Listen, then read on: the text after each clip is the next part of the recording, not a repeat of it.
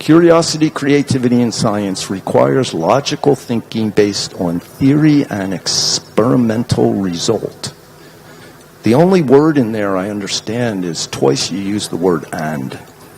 Okay, anyway, all involves a lot of thinking. Is this something with the don't know mind and should be, is this interfering with the don't know mind and should be put down?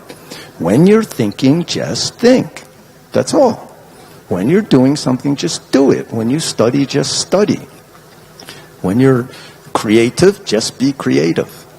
Don't make thinking about thinking, okay? Don't know mind, just do it, same point.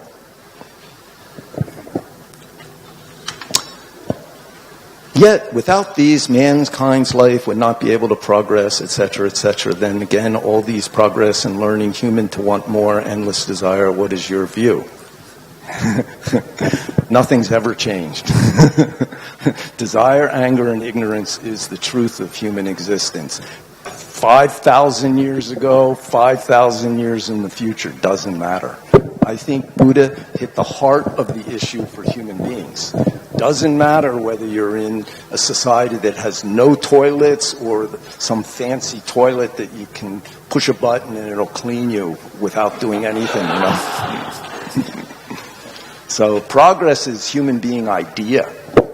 True progress is get enlightenment. That's all. That's enough. Then the outside situation doesn't matter. You can use it correctly. Suffering comes from not knowing yourself. Yeah, with a better science and, what can we say, less poverty, there's less physical suffering. On one side, you can say that. But there's enough nuclear weapons to kill everybody, burn you up. So actually, if you add it all up, there's no change at all. Desire, anger, and ignorance make suffering. Take them away, not suffering. Doesn't matter what state society is in. So don't worry about that stuff. If it's time to think, think. If it's time to be curious, be curious. If you like science, do it. But take some time every day to look back at yourself and realize, what am I? Otherwise, your ego will control what you do. Sun Sansanim answered questions for a Buddhist magazine here in Malaysia around 1999 or the beginning of the year 2000. And in it, they asked him, what does the Zen master see for the 21st century?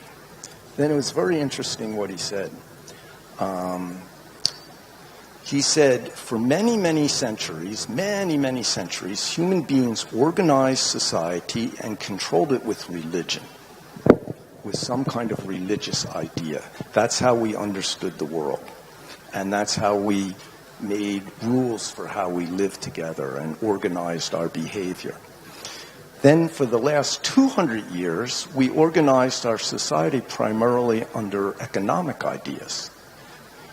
Capitalism, communism. So the kind of relationships we have with each other were based on these economic ideas, how we organize society. He said 21st century is different. It will be science power and mind power.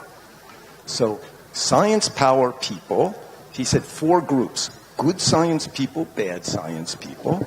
Good mind power, bad mind power. Then some teacher up here can teach both. So good science power people, good mind power people. That's the human way. So we can see many developments happening in science. When I was young, somebody crazy, they would do electric shock. Then they decided that's no good. They developed drugs. Then the drugs stronger. Now they're talking about brain circuits, even more fundamental than chemicals. And even more so studying DNA. So maybe in the future we start to play with DNA. Like anything, good things will appear, bad things will appear. Even somebody has a good intention, if they're not clear, the result is bad. So this is a coming century, you know. So very important is understand my own true nature. Then we can find our way through this world. I remember in 1996, we were asking Sansanin what he thought about the future. Then he said, before the year 2000, big things not happening. After the year 2000, big things happening. After the year 2000, correct direction people, more strong correct way. Wrong way people, more strong wrong way. So we can see this happening in the world. No idea. Things get better, things get worse. No idea. But our jobs are very simple. The fundamental point in human life, according to Buddha's experience and teaching, is understand our true nature. And with the intention of helping all beings, because if you understand your true nature, it is the whole universe. The universe is substance, and my substance is the same. So we are all one body. Just because of circumstances, I get attached to this form, you get attached to that form, and then we work out what's happening. So most important in my experience is just make your direction correct. We say in practicing Buddha's teaching, two things are most important: correct direction and try mind. If you have try mind but you don't have correct direction, I always say in Korea, maybe you're in Daejeon, a city in the middle of South Korea, and you want to go to Busan, and you have like a great car, a Maserati or something, and you have try mind. You put gas in and you go. But if your direction's not correct, you may end up in Pyongyang. But even if you have no car, your legs are broken, and you only have a wheelchair, if you understand Busan is south and you try, you will arrive. So most important is correct direction and try mind. Then you always will arrive. One day I heard Sung Sansanim say in a talk in America, if you try that, then one day you'll realize correct direction and try mind is enlightenment. Then I thought, wow, each moment I do that right now is enlightenment. I just don't believe it. So we try. One day, finally, you can believe it. Just like Buddha saw a star every night for 6 years. But one day, completely can believe his experience. So, make your direction and your try mind strong. Everything else is just details you work out.